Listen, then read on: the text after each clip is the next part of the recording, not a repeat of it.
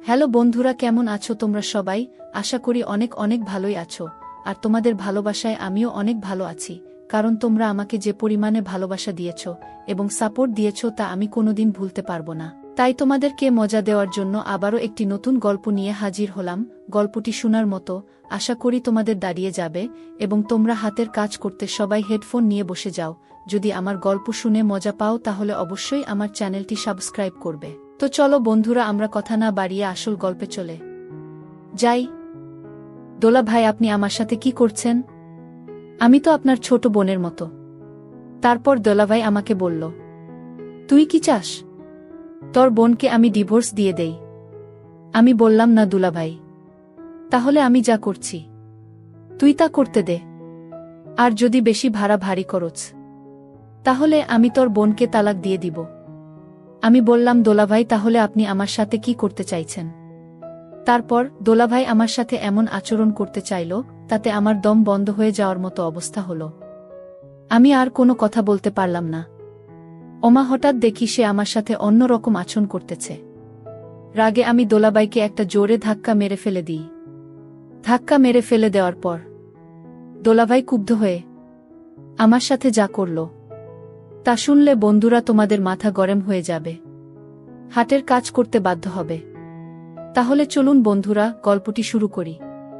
গল্পটি শুরু করার আগে বন্ধুরা, তোমাদের নিকট আমার বিশেষ অনুরোধ, দয়া করে তোমরা আমার চ্যানেলটি সাবস্ক্রাইব করে আমাকে সাপোর্ট করবা। হ্যালো বন্ধুরা, আমার নাম অহনা রহমান অনু, তবে সবাই আমাকে অনু বলে ডাকে।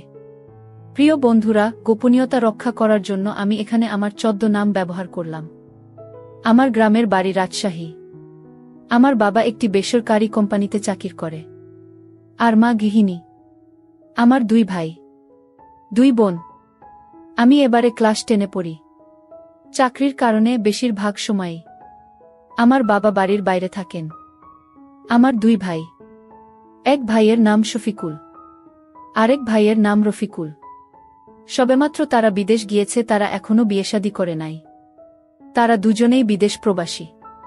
একজন থাকে দুবাই, আরেকজন থাকে মালয়েশিয়ায়। আর আমার বড় বোন, যার নাম উর্মিলা রহমান উমি, তবে সবাই তাকে উনি বলে ডাকে।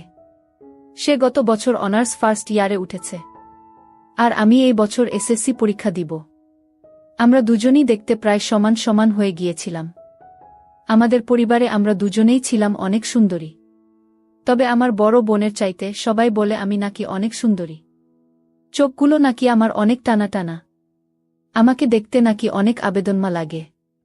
আমার ক্লাসের বন্ধুরাও আমার দিকে মাঝে মধ্যে অপলক দৃষ্টিতে চেয়ে থাকে। তাদের চাওয়া দেখে মনে হয় আমি নিজেকে বিশ্বসুন্দরী দাবি করতে পারি। বন্ধুরা, সেটা ছিল আমার আবেগ, আমার কল্পনা। প্রতিদিন আমি স্কুলে যেতাম, স্কুল থেকে বাড়িতে ফিরতাম। খুব ভালোই চলছিল আমার দিন। হঠাৎ একদিন আমি পিছনের দিকে চেয়ে দেখি, একটি মোটরসাইকেলে করে একটি ছেলে আমার পিছু নিতে লাগল। ছেলেটিকে দেখতে অনেক হ্যান্ডসাম মনে হলো। প্রথম দিন আমি কিছু মনে করলাম না। এইভাবে 1 সপ্তাহ নাগাদ আমি ফলো করলাম। ছেলেটি আমাকে ফলো করছে, আমার সাথে কথা বলতে চাইছে, কিন্তু আমি তো তাকে চিনি না। কি করে আমি তার সাথে কথা বলবো? আর সেই বা কেন আমার পিছু পিছু ঘোরে? আমার মনের ভিতরে সন্দেহের গুড় পাক খেতে শুরু করল। 8ম দিনের মাথায় ছেলেটি একটি ফুল নিয়ে আমার জন্য দাঁড়িয়ে রইল, আর আমাকে ডাক দিল, এই যে শুনছেন, আমি আপনাকে ডাকছি। তারপর অত্যন্ত বিনয়ের সাথে আমাকে একটি ফুল দিল। ফুলটি খুবই সুন্দর ছিল। আমি বললাম, ভাইজা, আপনি কেন আমাকে ফুল দিচ্ছেন? তখন সে আমাকে বলল, আমি আপনাকে কেন ফুল দিচ্ছি? ও আচ্ছা, তাহলে শুনুন। অপরিচিত কাউকে যদি ভালো লাগে, তাহলে এই ভালো লাগাটা প্রকাশ করার জন্য সর্বপ্রথম ফুল দিয়ে প্রকাশ করায় আমার কাছে বেটার মনে হচ্ছে। আমি বললাম, ও আচ্ছা, তাই তো আমাকে আপনার কেমন লাগে? সে বলল, দুনিয়াতে তোমার মতো সুন্দর, তোমার মতো স্মার্ট, তোমার মতো হ্যান্ডসাম, তোমার মতো কিউট মেয়ে আমি আর জীবনে দেখি নাই। তখন আমি বললাম, ভাইজা, আপনি এটা কি বলছেন? আমি তো দেখতে এত সুন্দর না। আজ এ পর্যন্ত কেউ আমাকে এভাবেই প্রশংসা করল না। যাই হোক ভাইজা, তবে আপনি আমার কাছ থেকে কি চান?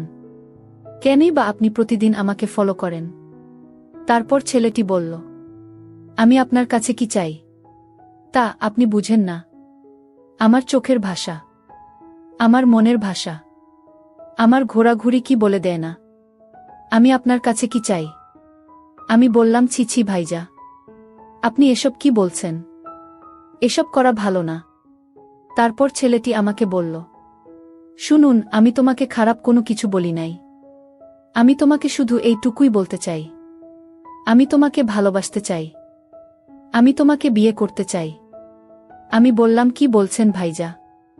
আমি তো আপনাকে ভালো করে চিনি না, তাহলে আমি কি করে আপনার সাথে কথা বলবো? আর তাছাড়াও আপনি যদি আমাকে বিয়ে করতে চান, তাহলে আমার পরিবারকে আপনি জানান। আর এইসব প্রেম ভালোবাসা আমার দ্বারা হবে না। ছেলেটি বলল, দেখুন, আপনি আমাকে চিনেন না, আমিও আপনাকে চিনি না, তো আমরা কিছুদিন নিজেদের মধ্যে কথা বলি, একে অপরকে খুব ভালোভাবে চিনি। ছেলেটির কথা শুনে মনে হল ছেলেটি অনেক ভদ্র, তাই আমি তাকে জিজ্ঞেস করলাম, ভাইজা, আপনার নাম কি? সে তখন বলল, আমার নাম রোহিত তালুকদার, আমার গ্রামের বাড়ি হবিগঞ্জ জেলায়, আমি এখানে চাকরির সুবাদে এসেছি, আমি এই শহরেই থাকি, তোমাদের বাড়ির আশপাশেই আমার বাসা। তোমাকে যেদিন আমি প্রথম দেখেছিলাম সেদিনই আমার মনে ধরেছিল, তারপর থেকেই আমি তোমার পিছনে ঘোরাঘুরি শুরু করলাম। আমি বললাম, ভাইজা, আপনার বাড়ি হবিগঞ্জ আর আমার বাড়ি রাজশাহী, সুতরাং বিদেশি ছেলেদেরকে বিশ্বাস করতে আমার খুব ভয় হয়। আর ইদানিং ছেলেরা কত ধরনের প্রতারণা করছে মেয়েদের সাথে। সরি ভাইজা, আমাকে মাফ করে দিয়েন। আমার এরকম কথা শুনে ছেলেটির মন খারাপ হয়ে গেল। বুঝতে পারছি ছেলেটি খুব নিজেকে খুব অসহায় মনে করছে। তারপর ছেলেটি চলে যেতে চাইল, তবে চলে যাওয়ার পূর্বে ছেলেটি আমাকে তার একটি কার্ড দিয়ে বলল, যদি মনে করেন যে আমি ভালো, আমি আরও অন্য 2-4টা ছেলের মতো না, তাহলে দয়া করে আমাকে এই নাম্বারে একটি কল দিবেন। আপনার কলের প্রত্যাশায় আমি রইলাম। তবে যদি আপনি আমাকে একটি কল দেন, তাহলে মনে করব দুনিয়াতে সবচেয়ে সৌভাগ্যবান ব্যক্তি আমি। এই বলে ছেলেটি আমার কাছ থেকে চলে গেল। আমিও বাড়িতে চলে আসলাম। বাড়িতে এসে ফ্রেশ হয়ে খাওয়া দাওয়া করলাম। দেখতে দেখতে সন্ধ্যা হয়ে গেল, তখনও রাত 9টা বাজে। হঠাৎ আমার এই ছেলেটির কথা মনে পড়ল। তার কার্ডটি হাতে নিলাম, তার নাম্বারটা দেখলাম। একবার ভাবলাম, কল দিব কি দিব না। আমতা আমতা করে হঠাৎ ছেলেটির নাম্বারে একটি কল দিলাম। ছেলেটি আমার কল পেয়ে মনে হলো যেন আনন্দে উল্লাসিত হয়ে গেল, আর বলতে লাগলো, আমি সত্যিকার অর্থে অনেক ভাগ্যবান। আপনি যে আমাকে কল দিবেন তা আমি কখনো কল্পনাও করি নাই। ভেবেছিলাম আমি যাকে জীবনে একটিবার পছন্দ করেছিলাম সে হয়তো অন্য কারো হয়ে আছে, যে জন্যই সে আমাকে না করে দিয়েছে। এখন আমার সকল ভাবনা মিথ্যা হয়ে গেল। তারপর ছেলেটি আনন্দের সাথে আমাকে জিজ্ঞেস করল, এই যে মিস দয়াকরে, এবার বলবেন আপনার নামটা কি? ছেলেটির কথা শুনে আমার কাছে খুব ভালো লাগছিল, খুব মিষ্টি কণ্ঠ। তারপর আমি বললাম, আমার নাম অহনা রহমান অনু, তবে সংক্ষেপে সবাই আমাকে অনু বলে ডাকে। চাইলে আপনিও আমাকে অনু বলে ডাকতে পারেন। ছেলেটি বলল, তুমি যদি আমাকে অন্য বলে ডাকার অধিকার দাও, তাহলে আমি খুব খুশি হব। তারপর ছেলেটি বলল, অনু, আমরা কি খুব ভালো বন্ধু হতে পারি? ছেলেটির কথা শুনে আমার মনের ভিতরটা কেঁপে উঠল। যতই আমি চাইছি ছেলেটির কাছ থেকে দূরে থাকতে, তার কথা, তার মিষ্টি কণ্ঠ আমাকে তার কাছে টেনে নিয়ে যাচ্ছে। কি করি বুঝতে পারছি না। এইভাবে একটু একটু করে কথা বলতে বলতে তার সাথে আমার গভীর সম্পর্ক হয়ে যায়। তার সাথে এইভাবেই চলতে থাকে আমার দৈনন্দিন মোবাইলে কথাবার্তা। ছেলেটির সাথে যতই কথা বললাম, মনে হলো ছেলেটি খুব ভালো। তার ভিতরটা একবারে সহজ সরল, তার মতো ছেলেকে বিশ্বাস করা যায়। এইভাবে যেতে লাগলো আমাদের সময়। কিছুদিন পর আমার বড় বোনের বিয়ের জন্য আমার বাবা একটি সম্বন্ধ আনলেন। ছেলে নাকি ঢাকায় ব্যবসা করে, অনেক টাকা পয়সাওয়ালা, অনেক বড়লোক। তার সাথে দেখতে শুনতেও নাকি অনেক ভালো, অনেক সুন্দর, অনেক কিউট। সবার কথা শুনে আমাদের ফ্যামিলি, আমার বাবা, আমার মা, ভাই বোন সবাই বিয়েতে রাজি হয়ে গেল। তারপর ওই ছেলেটির সাথেই আমার বড় বোনের বিয়ে হয়ে গেল। বিয়ের দ্বিতীয় দিনের মাথায় আপু আর দুলাভাই আমাদের বাড়িতে আসলো। দুলাভাই এই প্রথম আমাকে খুব ভালোভাবে দেখল। আমাকে দেখে সে হা করে তাকিয়ে রইল। আর মনে মনে ভাবল, আমার শালিকা এত সুন্দর, আমি তো জানতাম না। আগে যদি জানতাম তাহলে আমার বুকে রেখে আমার শালিকাকে বিয়ে করতাম। দুলাভাইয়ের এমন চাহনি দেখে মাঝে মধ্যে আমার খুব বিরক্ত বোধ হতো। বাড়িতে এসে দুলাভাই আমাকে ডাকলো, এই অনু, কোথায় আছো? আসো একটু এদিকে, তোমাকে একটু ভালো করে দেখি। তারপর দুলাভাই এর ডাক শুনে আমি তার কাছে গেলাম। সে আমাকে ডেকে বলল, মাশাআল্লাহ, এত সুন্দর, এত রূপ তোমার। জানি না কার কপালে এই চন্দম আছে। দুলাভাইজের এরকম কথা শুনে আমি লজ্জায় চলে গেলাম। কেন জানি দুলাভাই এর চাহনি আমার কাছে কেমন যেন মনে হয়। তারপর ভাবলাম নতুন দুলাভাই হয়তো শালির সাথে মজা করছে। আমিও তার সাথে একটু ফ্রি ভাবে কথা বলার চেষ্টা করলাম। যদি আমি দুলাভাইয়ের সাথে একটু ফ্রি হয়ে কথা না বলি, তা না হলে আমার বোনের কাছে বিচার দিবে। আর এতে হয়তো আমার বর বোনের মনে অনেক কষ্ট পাবে, অনেক ব্যথা পাবে।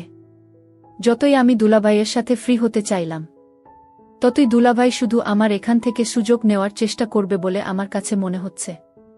যাই হোক, বড় বোনকে খুশি রাখতে, বোনের সংসারকে খুশি রাখতে দুলাভাইয়ের সাথে আমার খুব ভালোভাবে কথা বলতে হতো। আর এদিকে আমার রোহিতের সাথে আমার নিয়মিত কথা হতো। সে আমার খুব খেয়াল রাখে, প্রতিদিন আমার খোঁজ খবর নেয়। মাঝে মধ্যে মনে হয় রোহিতের সাথে দুলাভাইয়ের বিষয়টা শেয়ার করি। তারপর ভাবলাম যদি এই বিষয়টা শেয়ার করি তাহলে হয়তো রোহিত আমাকে নেগেটিভ ভাববে, এবং কি সে আমাকে ভুল বুঝতে পারে, আমাদের সম্পর্কের মধ্যে ফাটল ধরতে পারে। এসব কিছু ভেবে তার সাথে আমি আর এই বিষয়টা শেয়ার করি নাই। এভাবেই চলতে থাকে আমাদের জীবন। রোহিতের সাথে আমার প্রতিদিন কথা হয়, মাঝে মধ্যে তার সাথে আমি দেখাও করি। সত্যি বলতে তার সাথে আমি খুব ভালোই ছিলাম। কিন্তু এর মধ্যেই আমার জীবনে নেমে এলো একটি অন্ধকারাচ্ছন্ন একটি ঘটনা, যে ঘটনা আমাকে এখনো কুরে কুরে খাচ্ছে। আপুর বিয়ের প্রায় 1 বছর হয়ে গেল। আপু এখন সন্তান সম্ভাবনা, সম্ভবত তার ছেলে সন্তান হবে। সে বেশি নড়াচড়া করতে পারে না, তাই খুব অসুস্থ বোধ হয়। সেই জন্যই আপু আর দুলাভাই আপুকে কিছুদিন আমাদের বাড়িতে থাকার জন্য দুলাভাই নিয়ে আসে। সেই সাথে দুলাভাইও আমাদের বাড়িতে আসে। মনে হয় তারা 7 দিন থাকবে। আমরা সবাই আনন্দিত। এতদিন পর আমার আপু আর দুলাভাই আমাদের বাড়িতে আসছে। তাদেরকে খুব ভালো করে সেবা যত্ন করতে হবে, তাই আমরা সকলেই কাজ করছিলাম। সেই দিন বিকেল বেলা আপু আর দুলাভাই আমাদের বাড়িতে আসলো। তার রাতের খাবার দাবার খেয়ে শুয়ে পড়ল। আমি আমার রুমে শুয়ে পড়লাম। রাত তখন 1টা বাজে। দুলাভাই হঠাৎ আমার রুমে ফোন করে বলল, অনু, আমার সুইট শালিকা, আমার খুব পানির পিপাসা পেয়েছে, একটি তোমার দরজাটা খুলো, একটু পানি খাবা। আমি বললাম, আচ্ছা ঠিক আছে দুলাভাই, আমি দরজা খুলছি, আপনি আসেন। আমি দরজা খুলতেই দুলাভাই আমার মুখে চেপে ধরলেন। আমি আর কোনো কথা বলতে পারলাম না। আমি বললাম, দুলাভাই, আপনি আমার সাথে কি করছেন? আমি তো আপনার ছোট বোনের মতো। তারপর দুলাভাই আমাকে বলল, তুমি কি চাও তোমার বোনকে আমি ডিভোর্স দিয়ে দেই?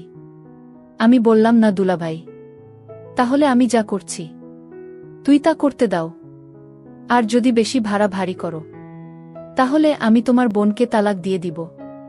আমি বললাম, দুলাভাই, তাহলে আপনি আমার সাথে কি করতে চাইছেন? তারপর দুলাভাই আমার সাথে এমন আচরণ করতে চাইল, তাতে আমার দম বন্ধ হয়ে যাওয়ার মতো অবস্থা হলো। আমি আর কোনো কথা বলতে পারলাম না। ওমা, হঠাৎ দেখি সে আমার সাথে অন্য রকম আচরণ করতেছে। রাগে আমি দুলাভাইকে একটা জোরে ধাক্কা মেরে ফেলে দিই। ধাক্কা মেরে ফেলে দেওয়ার পর দুলাভাই ক্ষুব্ধ হয়ে ক্ষুধার্ত বাঘের মতো আচরণ করা শুরু করল। আমি খুব চেষ্টা করলাম বাধা দিতে, কিন্তু তাতেও কোনো কাজ হলো না। এক পর্যায়ে সে আমার সব কিছু বেঁধে ফেলে। আমি তার কাছে হাত পা ধরে ক্ষমা চাইলাম, তাতেও কোনো কাজ হলো না। আমি বললাম, দুলাভাই, প্লিজ আমাকে মাফ করে দেন, আপনি আমার সাথে এমন করবেন না। তারপর সে আমায় বলল, দেখা অনু, আজকে প্রায় 2 মাস হলো তোমার বোন অসুস্থ, তার সাথে আমার কিছুই হয় না। আমি অনেক দিনের ক্ষুধার্ত, আমাকে একটু খেতে দাও। এই বলে সে তার কাজ করাতে ব্যস্ত হয়ে উঠল।